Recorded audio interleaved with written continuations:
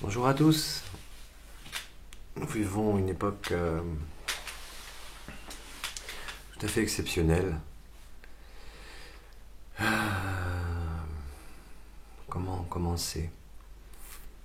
On a des petits mots comme ça, des petites douleurs qui viennent, qui passent, qui trépassent, qui reviennent.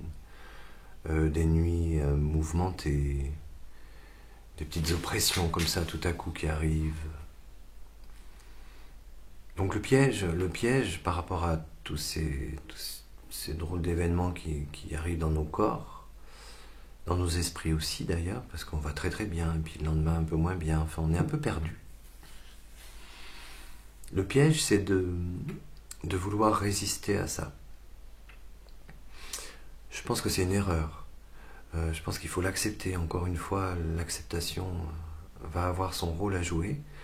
Il faut accepter les choses, et pour accepter, c'est toujours mieux de comprendre ce qui se passe.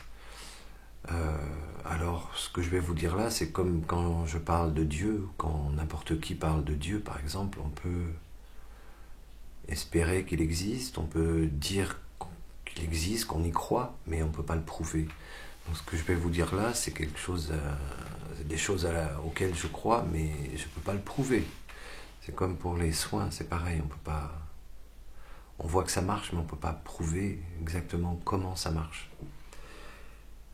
Et donc, il y a une espèce d'énergie qui est en train de débouler sur la Terre. Je pense que, j'espère que c'est ça l'apocalypse, c'est-à-dire la révélation. Une espèce d'énergie qui est en train de débouler et qui nous met tous un petit peu à l'ouest. Surtout les personnes qui refusent de voir qui ils sont vraiment et qui refusent d'aller vers leur propre chemin et qui restent dans les vieux schémas. Ceux-là, je les vois de plus en plus soit s'éteindre, soit devenir agressifs. Et à côté de ça, vous avez les gens qui ont décidé d'aller vers cet éveil, ce mouvement-là, qui pareil se retrouvent dans de drôles d'états, mais ça va jusqu'à l'excès, hein. Ça peut être des angoisses terribles, ça peut être... voilà, mais il ne faut pas lutter contre toute cette énergie. Au contraire, il faut l'accueillir, essayer de travailler son calme intérieur. Hein, on est impacté de toute façon. Donc soit on réagit dans l'excès, colère, etc. Soit on réagit dans l'excès inverse, angoisse, qu'est-ce que je suis, qu'est-ce que je fais, où je vais, avec des peurs incommensurables. Soit on essaie de rester tranquille. Savoir que quelque chose se passe et que ce qui nous est demandé, j'ai pas la vérité, hein, une fois de plus, c'est ma vérité. J'ai l'impression que ce qui nous est demandé, c'est vraiment de laisser rayonner qui est à l'intérieur de nous-mêmes. Voilà. Être soi, je me répète. Mais là, c'est tout à fait épatant ce qui se passe.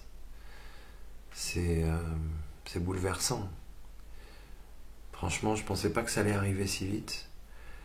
Mais il y a tout un processus d'éclairage, de clarté qui est en train de se mettre en place, avec toutes ces affaires qui sont en train d'exploser. Ça a toujours existé, mais là je trouve que ça prend quand même des tournures phénoménales.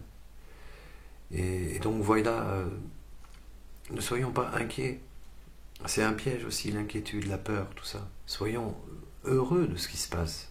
Vous vous rendez compte? L'être humain est en train de changer de dimension, en fait. On est en train de s'éveiller, on est en train de percevoir des choses qu'on ne percevait pas. On est en train d'apercevoir notre âme.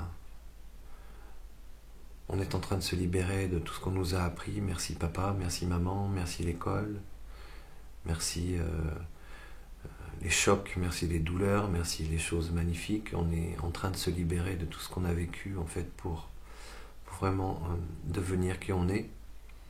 Alors, soit je suis fou et il faut m'enfermer, soit je vous dis, foncez là-dedans, n'ayez pas peur, quoi. Parce que c'est comme s'il y avait deux trains qui partaient dans deux directions. Excusez-moi, c'est le téléphone. Prenez la bonne. À bientôt.